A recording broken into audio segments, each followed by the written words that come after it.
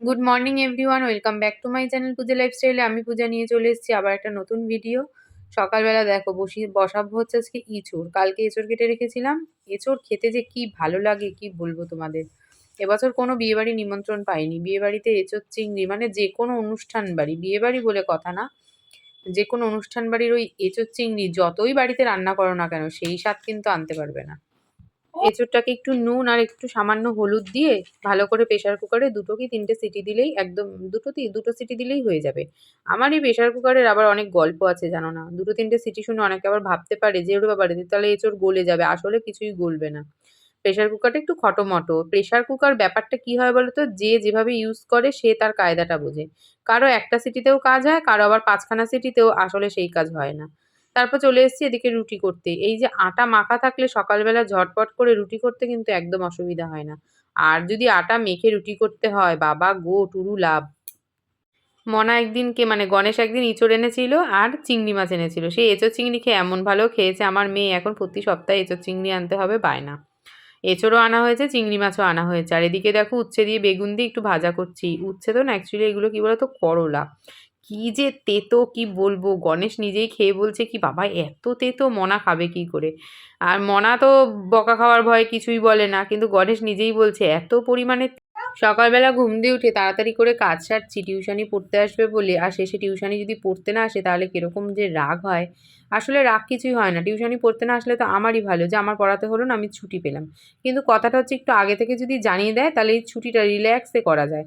আর না হলে পরে হুড়ুম দুরুম করে সমস্ত কাজ সেরে বসি, আর যদি পড়তে না আসে তখন খুব রাগ হয়ে যায়, মানে মাথাটা গরম হয়ে যায় আর কি। জলের জারটাকে বার করে একটু গুছিয়ে রাখি, গণেশের জারটা উল্টে দিতে হবে। আর ওদিকে ওনার দেরি হয়ে গেছে। আজকে আর ওনাকে ডাক দেইনি, ব্যাস উঠেই বলছে কেন ডাকোনি, আমার দেরি হয়ে গেল। কি আর করা যাবে, যাই হোক মুখ চুখ শুনে নিলাম খানিকক্ষণ। এখন জল টল ভরে রেডি করে গুছিয়ে রাখি, স্নান করে উঠে ঠাকুরের জল তুলবে, তুলে যেন এসে হাতের কাছে সব কিছু পায়। আর আমার জলও আজকে খাওয়া হয়নি। এঁচো চিংড়িটা আমার প্রায় কমপ্লিট হয়ে গেছে, গণেশকে টিফিন গুছিয়ে দিয়ে দেবো। আর এদিকে দেখো ধনেপাতাটাকে বাটবো, বেটে ধনেপাতা দিয়ে মাছের ঝাল বানাবো। আর ওদিকে হচ্ছে গণেশের তো আর এই মাছের ঝাল খাবে না, সেই জন্য আর ওকে দেওয়া নিয়ে এত তাড়াহুড়ো করিনি, ধীরে সুস্থে এবার বানাচ্ছি। আর এতক্ষণ পর কাজ মোটামুটি কমপ্লিট করেছি। বিছানার চাদরটাকে গরম জল করে ভেজালাম, ভিজুক ওটা একটু। আমি ততক্ষণ একটু চা বিস্কুট খেয়ে নিই, খেয়ে তারপরে ওটাকে কাচতে যাব। আর আরেকজন এখনও ব্ল্যাঙ্কেট মুড়ি দিয়ে এই যে শুয়ে রয়েছে। মশারিটা এখানে দলা পাকিয়ে দিয়েছে। আর পড়তে আসার কথা ছিল, পড়তে তো আসলো না, 8টা দিয়ে পড়া, 8:30 বেজে গেছে। মানে জানি না এরা কি আসবে বলেও যে পড়তে আসে না, তার জন্য যে আন্টিকে জানাতে হয়। মানে কিছু কিছু স্টুডেন্টের গার্জিয়ানদেরও কোনো হেলদোল নেই যে আন্টিকে জানিয়ে দিই যে আসবে না আজকে।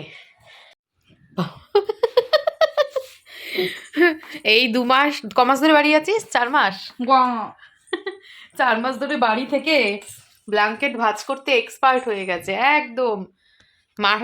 মার তক্তা ধরপেরেক না কি একটা বলে, সেরকম করে ধরলো, ঠাস ঠাস করে ব্ল্যাঙ্কেটকে দুটো মারি মেরে ব্ল্যাঙ্কেট ভাঁজ করে ফেলতে পারলো।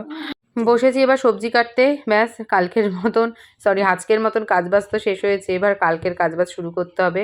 মনাকে বললাম হাতে হাতে একটু দে, আর এগুলো না সেই যে গাছের সিম দিয়ে গেছিলো সেই সিমগুলো, এগুলো দিয়ে কালকে কিছু তো একটা বানাতে হবে।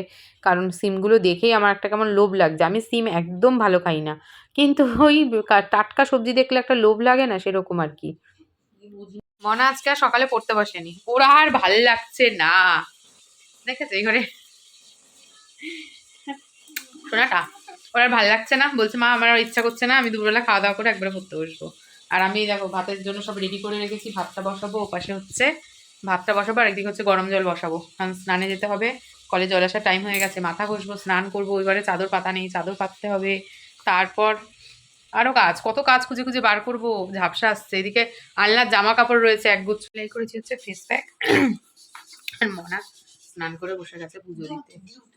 ডিউটি রেগে গিয়ে ডিউটি তো করতেই হবে, তাই না? আমারও যেমন সকালে ইচ্ছা না করলেও ঘুম থেকে উঠতে হয়, কাজ করতে হয়, সেটা যেমন আমার ডিউটি, তেমন ওর ইচ্ছা না হলে ওকে স্নান করতে হবে, পুজো দিতে হবে, তাই তো? আজকে দেখেছো প্রচুর জামা কাপড় কেচেছি, এদিকে এদিকে চারিদিকেই শুধু জামা কাপড় আর জামা কাপড়। চলো গরম, বেশ কয়েকটা জামা কাপড় বেরিয়েছিল, কেচে মাথা ঘষে দেখো এখন মাখছি হচ্ছে মাথায় সিরাম।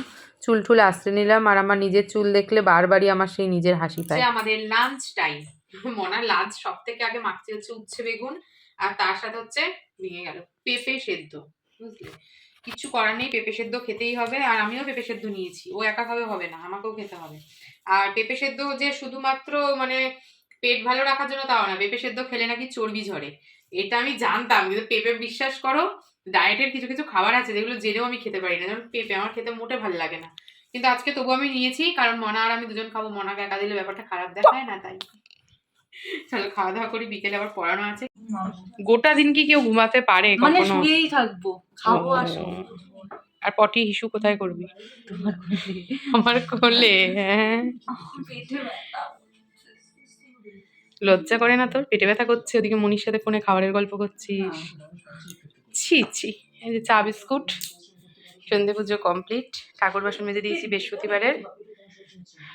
বিকেল ৫টায় বসে যখন রাত ৯টায় টিউশনি শেষ করি, তখন নিজেকে মনে হয় মা গো, মানে কি বলবো, চুল ঠুল গুটিয়ে নিয়ে এবার আমাকে যেতে হবে আবার রাতের কিছু একটা প্রস্তুতি নিতে।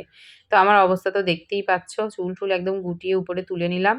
আর এদিকে মনা বসেছে হচ্ছে টিভি দেখতে, মনা শুয়ে শুয়ে টিভি দেখছে। আমি এতক্ষণ পড়িয়ে আমার মনে হচ্ছে মাথা আর কিছু কাজ করছে না, এখন আমাকে উঠতে হবে। এসে শুয়ে পড়েছে, যেই পড়ে গেছে এসে লাফ দিয়ে খাটটা ঝাড়। মনার ডিনার কমপ্লিট।